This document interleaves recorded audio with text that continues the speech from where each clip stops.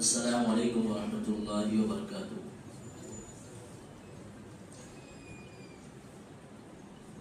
ان الحمد للہ نحمده ونستعینه ونستغفره ونعوذ باللہ من شرور انفسنا ومن سیئات اعمالنا من يهده الله فلا مضل له ومن يضلل فلا هادي له واشهد ان لا اله الا الله وحده لا شريك له واشهد ان محمدا عبده ورسوله اما بعد فاعوذ بالله من الشيطان الرجيم يا ايها الذين امنوا اتقوا الله حق تقاته ولا تموتن الا وانتم مسلمون۔ سورۃ آل عمران ہر طرح کی تعریف، حمد و ثنا، کبریائی، بڑائی، بزرگی اس رب العالمین اور حق الحاکمین کے لیے ہے جس رب العالمین نے ہم سب کو یہاں جمع کیا۔ اس کے بعد درود و سلام نازل ہو تمام انبیاء کے اوپر، خصوصاً جناب محمد رسول اللہ صلی اللہ علیہ وسلم پر۔ اللہم صلی علی محمد وعلی آل محمد كما صليت على إبراهيم وعلى آل إبراهيم إنك حميد مجيد۔ اللهم بارك على محمد وعلى آل محمد كما باركت على إبراهيم وعلى آل إبراهيم إنك حميد مجيد۔ میرے بھائیو، بزرگوں، عزیز دوستوں، قرآن مجید کی ایک مشہور آیت جو ہر خطبے میں پڑھی جاتی ہے، میں نے آپ کے سامنے تلاوت کی ہے، سورہ آل عمران کی۔ سورہ آل عمران کی اس آیت کریمہ کے اندر اللہ تبارک و تعالی نے فرمایا کہ یا ایھا الذین آمنوا اتقوا اللہ حق تقاتہ ولا تموتن الا وانتم مسلمون۔ کہ اے لوگو جو ایمان لائے ہو، اللہ سے ڈرو، اتنا ڈرو جتنا اللہ تبارک و تعالی سے ڈرنے کا حق ہے، اور تمہیں موت نہ آئے مگر اس حال میں کہ تم مسلمان ہو، فرما بردار ہو۔ اس آیت کریمہ کے اندر اگر دیکھا جائے تو اللہ تبارک و تعالی نے ہمیں یہ حکم دیا ہے کہ زندگی کا ہر ایک لمحہ لمحہ ہم اللہ تبارک و تعالی کی فرما برداری میں گزاریں، مسلمان ہو کر کے اپنی زندگی کو گزاریں۔ موضوع جیسا کہ عمل صالح کے تعلق سے بتایا گیا تھا، لیکن ایک موضوع جو مجھے دیا گیا نماز کے تعلق سے، تو اس میں دو تین باتیں اور بھی آئے گی نماز کے تعلق سے، اور عمل صالح میں نماز بھی ہے، نیک صالح عمل۔ تو نماز کے تعلق سے مجھے کہا گیا تھا، اسی لیے میں نے یہ آیت چنی ہے۔ اس آیت میں اللہ تعالیٰ نے جو بات کہی ہے کہ تمہیں موت نہ آئے مگر اس حال میں کہ تم مسلمان ہو۔ آج یہاں پر جتنے بھی لوگ بیٹھے ہوئے ہیں، اگر ہم میں سے کسی سے سوال کیا جائے کہ کیا تم مسلمان ہو یا نہیں، تو کوئی یہ بات نہیں کہے گا کہ میں مسلمان نہیں ہوں، ہر ایک شخص یہی کہے گا کہ میں مسلمان ہوں۔ معاشرے میں، سماج میں ہمارا شمار مسلمانوں میں ہوتا ہے، لیکن کیا شریعت میں ہمارا شمار مسلمان میں ہوتا ہے یا نہیں؟ کبھی ہم نے سوچا ہے؟ لوگ ہمیں مسلمان کہتے ہیں، اور مسلمان ہونا اور مسلمان ہو کر کے اسی حالت میں مرنا یہ انبیاء کی خواہش تھی۔ انبیاء، یوسف علیہ السلام، آپ دیکھیے سورہ یوسف آیت نمبر 101 میں یوسف علیہ السلام کی دعا کو اللہ تبارک و تعالیٰ نے بیان کیا۔ حضرت یوسف علیہ السلام نے دعا کی، فاطر السماوات والارض انت ولی فی الدنیا والآخرہ توفنی مسلما والحقنی بالصالحین۔ یوسف علیہ السلام نے کہا کہ آسمانوں اور زمین کے پیدا کرنے والے، دنیا اور آخرت میں میرا ولی، میرا دوست بن جا۔ یہ اللہ تبارک و تعالیٰ سے دعا کر رہے ہیں۔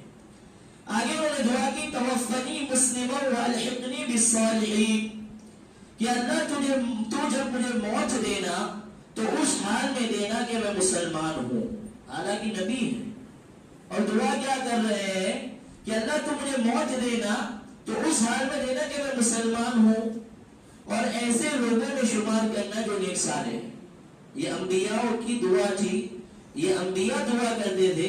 تو مسلمان ہونا اور مسلمان ہو کر کے مسلمان یعنی فرما برداری پر بننا یہ انبیاء کی خواہش تھی. آج ہمیں پوچھا جائے, سوال کیا جائے تو ہم میں سے کوئی انکار نہیں کرے گا کہ ہم مسلمان نہیں ہیں, لیکن کیا ہم شریعت کی نظر میں مسلمان ہیں یا نہیں؟ تو اس کا جواب اس حدیث میں حضرت عبداللہ بن مسعود رضی اللہ تعالی عنہ سے راوی ہے. صحیح مسلم کی حدیث ہے. نبی اکرم صلی اللہ علیہ وسلم نے فرمایا من سره ان يلقى الله غدا مسلما فليحافظ عليها هؤلاء الصلوات حيث ينادى بهن. صحیح مسلم کی حدیث ہے. نبی اکرم صلی اللہ علیہ وسلم نے فرمایا کہ جو شخص اس بات کو پسند کرتا ہے کہ کل وہ اللہ کے سامنے جب کھڑا ہو تو اس حال میں ہو کہ مسلمان ہو. قیامت کے دن اگر کوئی شخص اس بات کو پسند کرتا ہے کہ جب اسے اللہ کے سامنے کھڑا کیا جائے تو مسلمان ہو, تو اسے چاہیے فَلْيُحَافِظْ عَلَيْهَا, تو وہ ان نمازوں کی حفاظت کرے جن نمازوں کے لیے اسے بلایا جاتا ہے. منادی اعلان کرنے والا حی علی الصلاۃ حی علی الفلاح, جب بلائے آؤ کامیابی کی طرف, آؤ نماز کی طرف, یعنی فرض نمازوں کی پابندی کرو. اگر ان فرض نمازوں کی حفاظت کریں گے تو کل قیامت کے دن اللہ تبارک و تعالیٰ کے سامنے ہمارا شمار مسلمانوں میں ہوگا. اب آپ ذرا غور کیجئے کہ لوگ تو ہمیں مسلمان کہہ رہے ہیں, لیکن اللہ کی نظر میں ہم مسلمان ہیں یا نہیں؟ اور اگر ہونا ہے تو اس کے لیے کیا کرنا پڑے گا؟ ہمیں ان نمازوں کی حفاظت کرنی پڑے گی جن نماز کے لیے ہمیں بلایا جاتا ہے. یعنی 5 وقتہ فرائض کو ادا کرنا پڑے گا. جب تک ہم نماز نہیں پڑھیں گے ہمارا شمار اللہ کی نظر میں مسلمان میں نہیں ہوگا. تو یہ زندگی کس کام کی؟ دنیا میں پریشان ہے اس لیے کہ مسلمان ہے. قیامت کے دن جب اللہ کے سامنے کھڑے ہوں گے اور اللہ کہے گا کہ تم مسلمان ہو ہی نہیں, تو کیا کرنا؟ اللہ کے سامنے جب کھڑے کیے جائیں گے تو اللہ کہے گا تم مسلمان ہو ہی نہیں, اور دنیا میں کیوں پریشان ہے کہ مسلمان ہے؟ نہ دنیا میں نہیں نہ آخرت میں, دونوں برباد. آگے اللہ کے رسول صلی اللہ علیہ وسلم نے فرمایا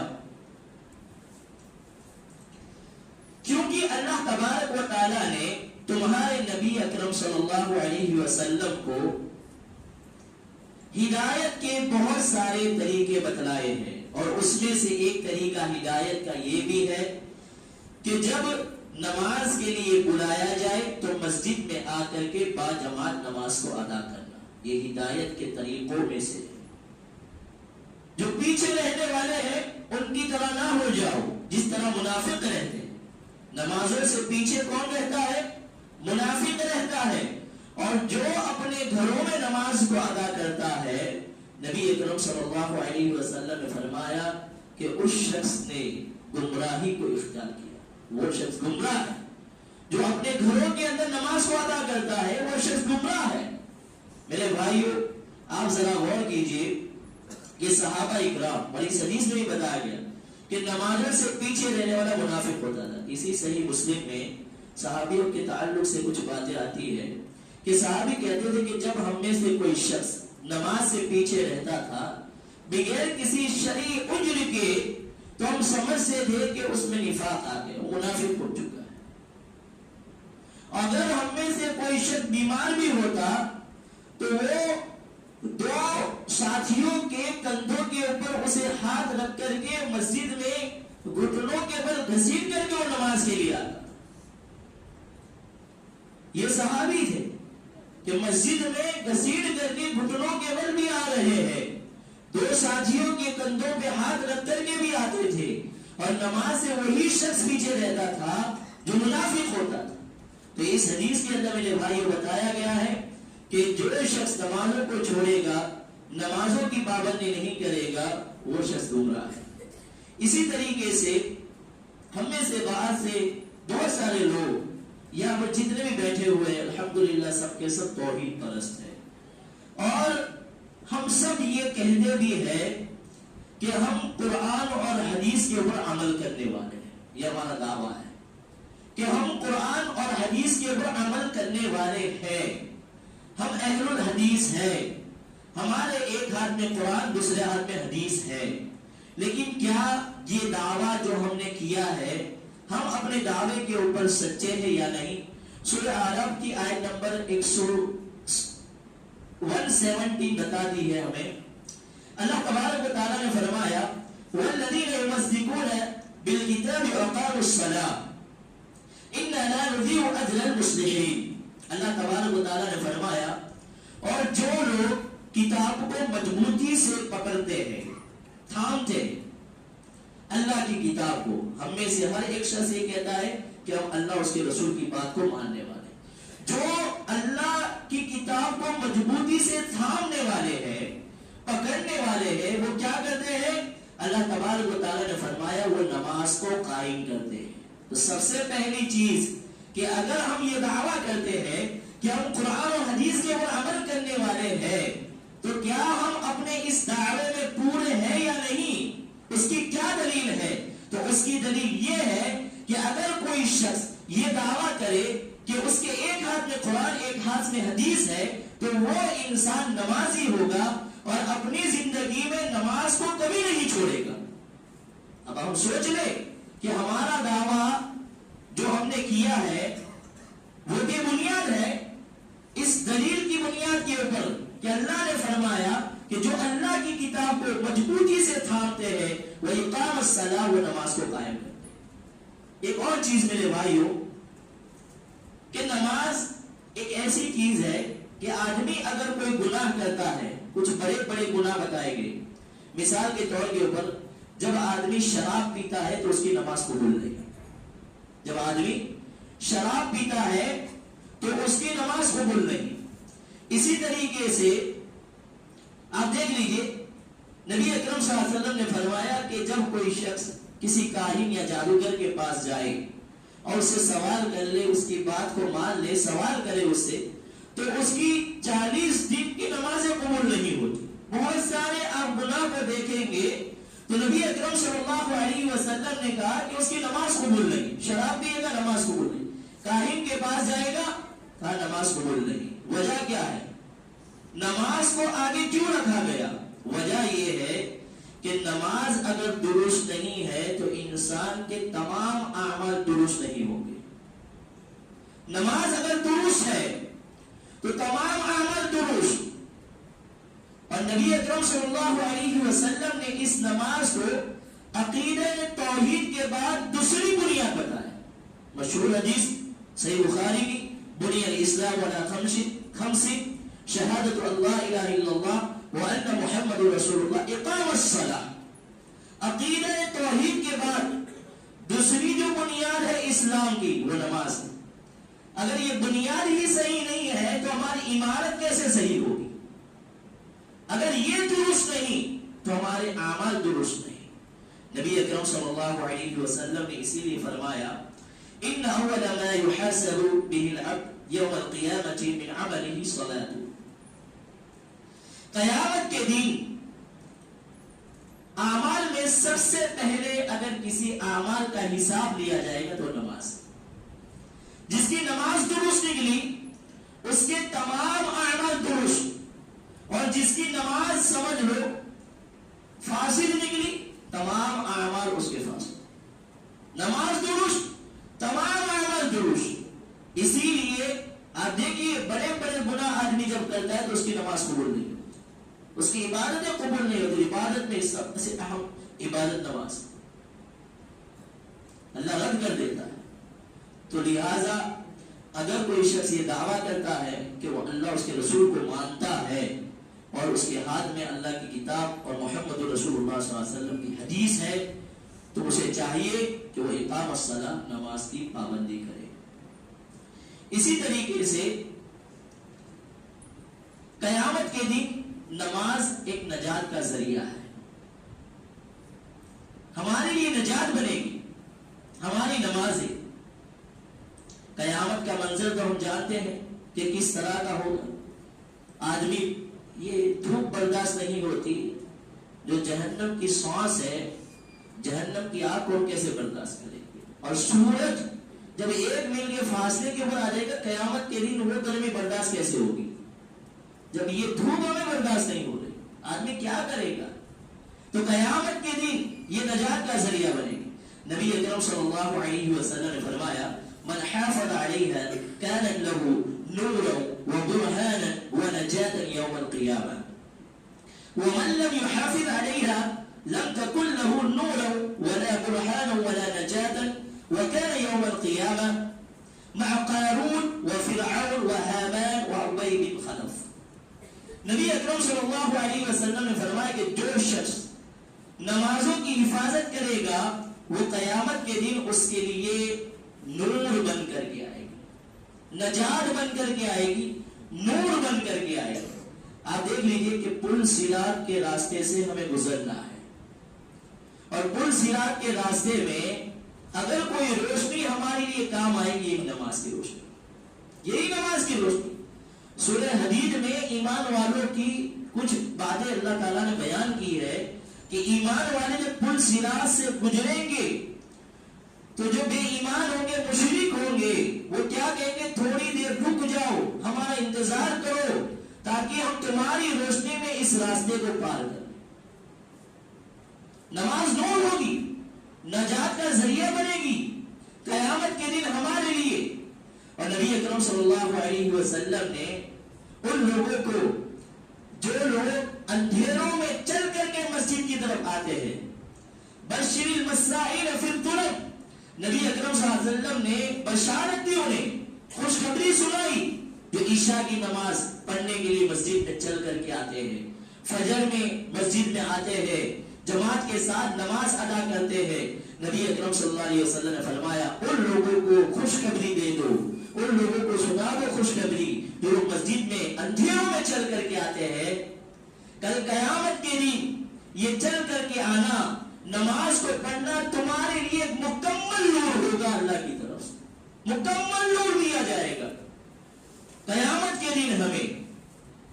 تو لہذا اگر نور چاہیے، ہمیں نجات چاہیے، کامیابی کی دلیل چاہیے، تو ہمیں چاہیے کہ ہم اپنی نمازوں کی حفاظت کریں، اپنی نمازوں کی حفاظت کریں۔ آگے اللہ کے رسول نے فرمایا کہ وَمَن لَّمْ يُحَافِظْ عَلَيْهَا، کہ جو شخص نماز کی حفاظت نہیں کرے گا، نہ اس کے لیے نماز نجات کا ذریعہ بنے گی، نہ نور ہوگی، نہ اس کے لیے کامیابی کی دلیل بنے گی۔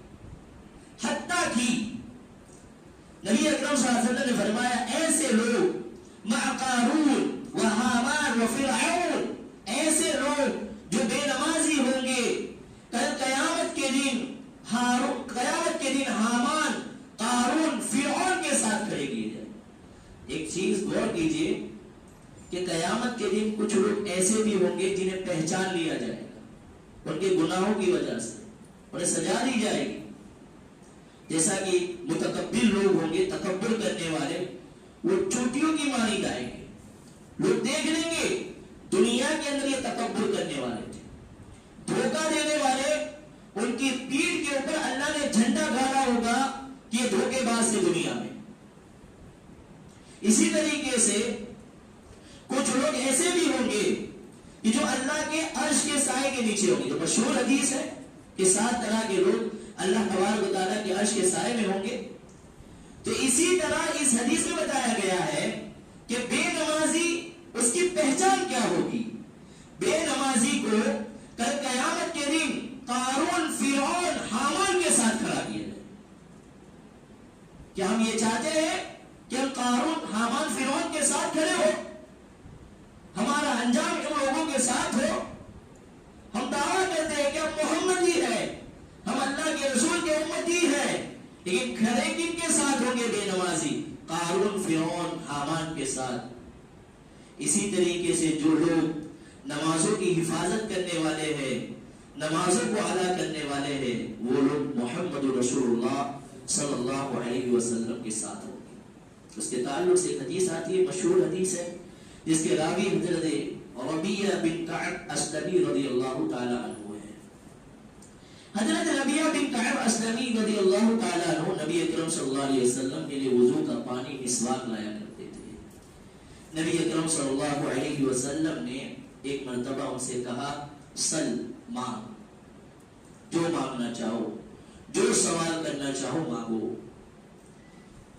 جب انہوں نے یہ بات سنی، آج دیکھیے ہم میں سے اگر کوئی شخص ہوتا، ہماری اکثر دعائیں دنیا ہی ہوتی ہے، ہم اپنی دعاؤں میں دنیا ہی مانگتے، یہ بات غلط نہیں ہے، ہم دنیا ہی مانگتے، لیکن صحابی کی سوچ دیکھیے، چاہتے تو کہہ سکتے تھے اللہ کے رسول میرے لیے دعا کرو کہ احد پہاڑ کے برابر مجھے سونا مل جائے، مجھے مال مل جائے، بڑا تاجر بن جاؤں، بڑا مالدار بن جاؤں۔ نہیں، سوال کرنے والے محمد رسول اللہ ہے اور سامنے صحابی رسول۔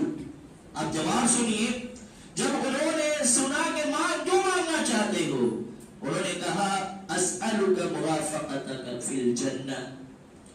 نبی اکرم صلی اللہ علیہ وسلم چاہتا یہ ہو دنیا میں جس طرح آپ کا ساتھ ہے، آخرت میں بھی آپ کا دوست بن کر کے رہو، آپ کے ساتھ رہو، آپ کا دوست بن کر کے رہو۔ نبی اکرم صلی اللہ علیہ وسلم نے فرمایا قال او غیر ذلك، اور کچھ اس کے علاوہ اور کچھ چاہیے؟ کہا اللہ کے رسول بس خواہش یہی ہے کہ جنت کے اندر آپ کا ساتھ مل جائے، وذلك، یہی خواہش ہے، بس یہی چاہتا ہوں۔ نبی اکرم صلی اللہ علیہ وسلم نے اپنی امت کو کبھی بھی یہ تعلیم نہیں دی کہ وہ بے عمل جنت میں چلے جائیں، چاہے وہ صحابی ہی کیوں نہ۔ آج نہیں کہتے دامن پکڑ کر کے چلے جائیں، دامن پکڑ کر کے چلے جائیں گے۔ نبی اکرم صلی اللہ علیہ وسلم نے کبھی اپنی امت کو بے عمل نہیں بنایا۔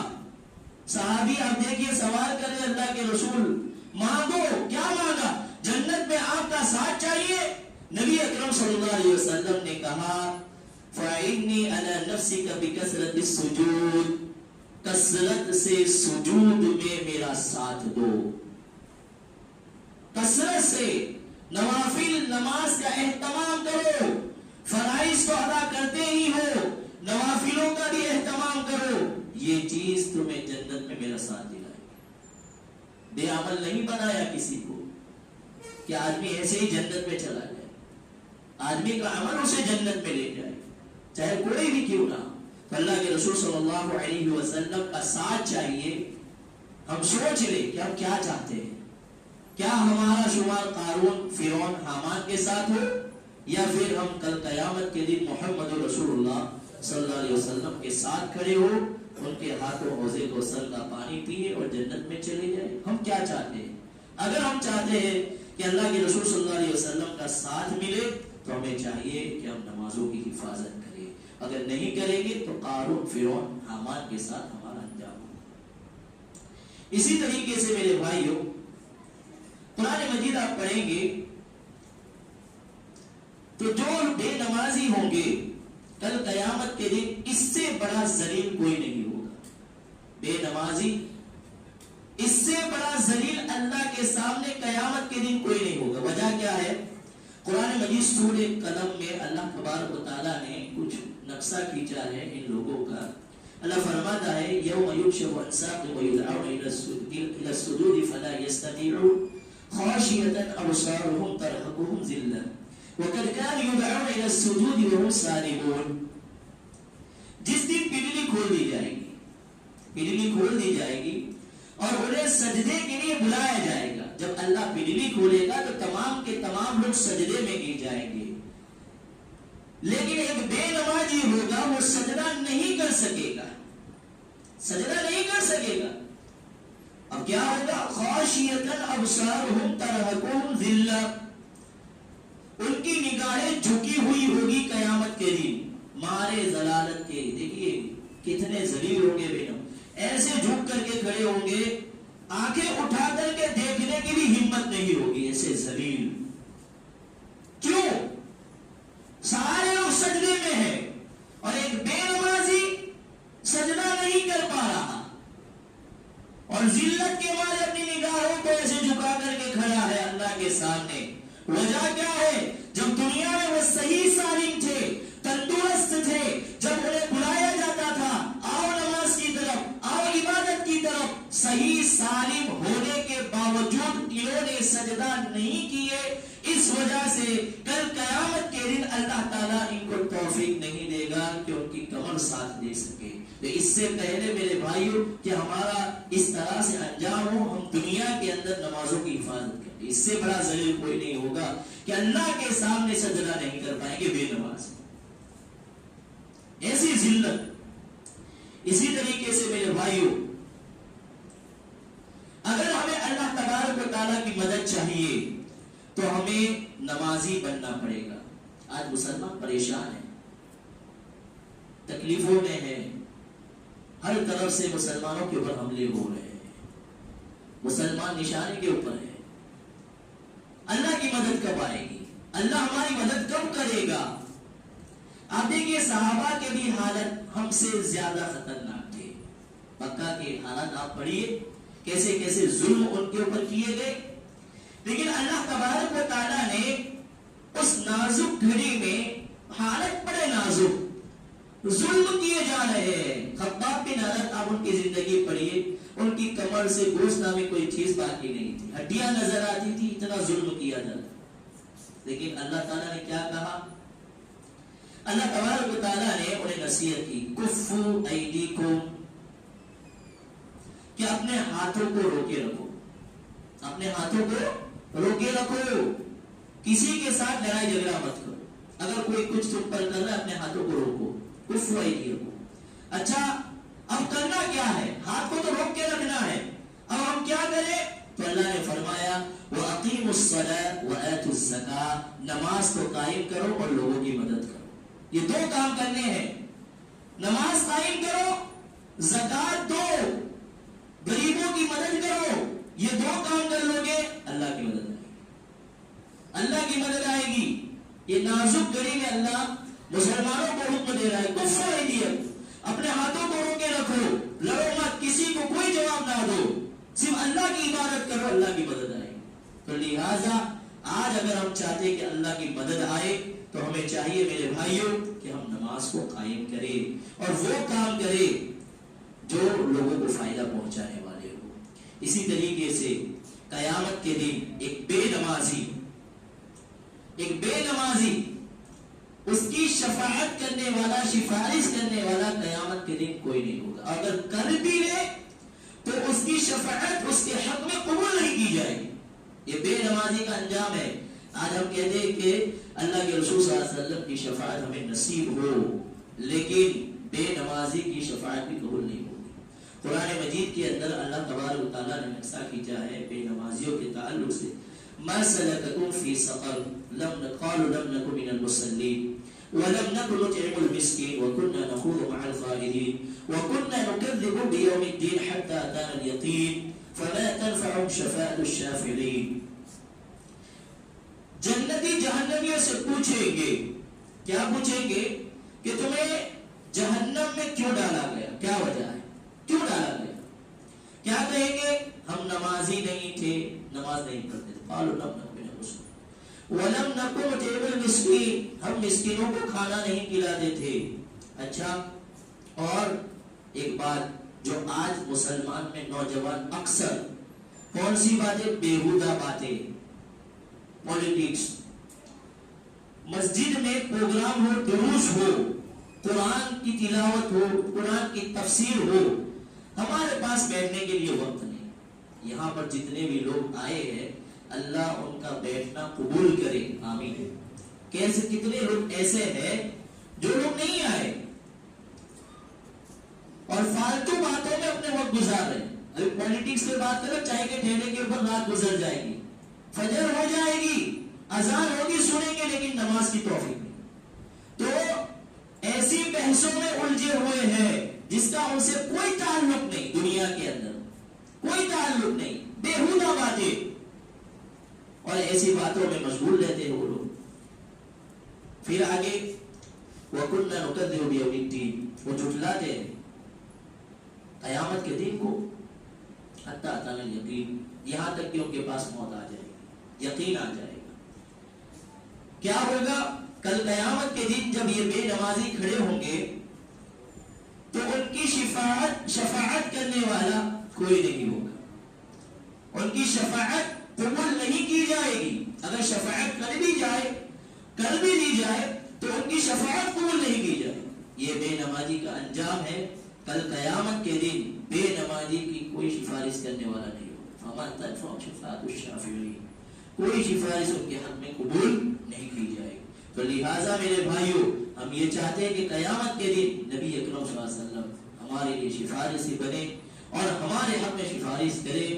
تو ہمیں چاہیے کہ ہم دنیا میں نماز پڑھے، نماز نہیں ہوگی ہمارے حق میں سفارش بھی قبول نہیں کی جائے گی۔ اسی طریقے سے میرے بھائیوں، ایک چیز اور نماز کے تعلق سے کہ نبی اکرم صلی اللہ علیہ وسلم کی آپ پوری زندگی پڑھ لیجئے۔ نبی اکرم صلی اللہ علیہ وسلم کی ذات کے اوپر جب کوئی بات آئی، اللہ کے رسول نے ہاتھ اٹھائے، طائف والوں کا واقعہ پڑھے اور اللہ سے دعا کی کہ اللہ اس قوم کو ہدایت دے، یہ نہیں جانتی۔ جب بات آئی اپنے چاچا کے قاتل کی تو اللہ کے رسول نے معاف کر دیا۔ جب بات آئی اپنی بیٹی کے قاتل کی، اللہ کے رسول نے معاف کر دیا۔ لیکن جب بات آئی میرے بھائیوں نماز کی تو اللہ کے رسول صلی اللہ علیہ وسلم نے، اسی رسول نے جو رحمت للعالمین ہے، اللہ کے رسول صلی اللہ علیہ وسلم نے ایسے لوگوں کو بددعا دی جن کی وجہ سے اللہ کے رسول کی عصر کی نماز ہو۔ آج جو لوگ بے نمازی ہیں وہ کان کھول کر کے سن لے، نماز چھوڑنے سے نبی کی بددعا لگتی ہے۔ اس حدیث کے اوپر غور کیجئے۔ جنگ احزاب میں نبی اکرم صلی اللہ علیہ وسلم کی عصر کی نماز فوت ہو گئی۔ نبی اکرم صلی اللہ علیہ وسلم نے ہاتھ اٹھائے اور بددعا کی، اللہ تبارک و تعالی انہوں نے ہمیں جنگ میں مشغول کر کے رکھا، ان کی وجہ سے ہماری عصر کی نماز چھوٹی ہے، اللہ ان کے گھروں کو اور ان کی قبروں کو آگ سے بھر دے جن کی وجہ سے ہماری نماز چھوٹی۔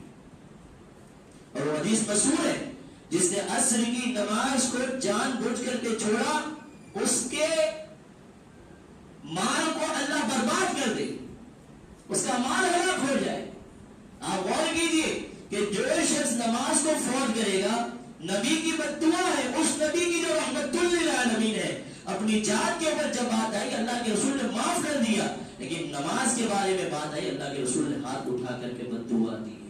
تو لہٰذا نماز کبھی نہ چھوڑنا اپنی زندگی کے اندر۔ اسی طریقے سے میرے بھائیوں، نماز یہ کامیابی کا ذریعہ ہے۔ قرآن مجید پڑھیے، قرآن مجید کے اندر اللہ تبارک و تعالیٰ نے فرمایا قد افلح المؤمنون الذین هم فی صلاتهم خاشعون، کامیاب ہو گئے وہ لوگ جو مومن ہیں۔ کون ہے مومن؟ کیا صفات ہے ان کی؟ تو صفات بتائی اللہ نے، الذین هم فی صلاتهم خاشعون، جو اپنی نمازوں میں خشوع و خضوع کو اختیار کرنے والے ہیں۔ ان نمازیوں کے لیے کامیابی ہے۔ جب ہم نماز ہی نہیں پڑھیں گے تو ہم کامیاب کیسے ہوں گے؟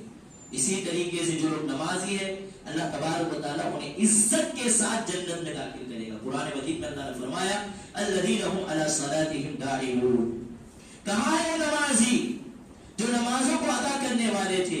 عزت کے ساتھ جنت میں داخل ہو جائے، عزت کے ساتھ اللہ انہیں جنت میں داخل کرے گا۔ تو قیامت کے دن عزت چاہیے، آخرت میں عزت چاہیے۔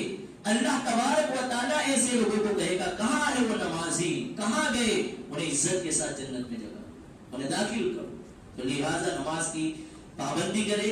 اسی طریقے سے میرے بھائی آخری چیز، یہ نبی اکرم صلی اللہ علیہ وسلم کی آخری وصیتوں میں سے آخری وصیت، آخری وصیتوں میں سے آخری وصیت ہے۔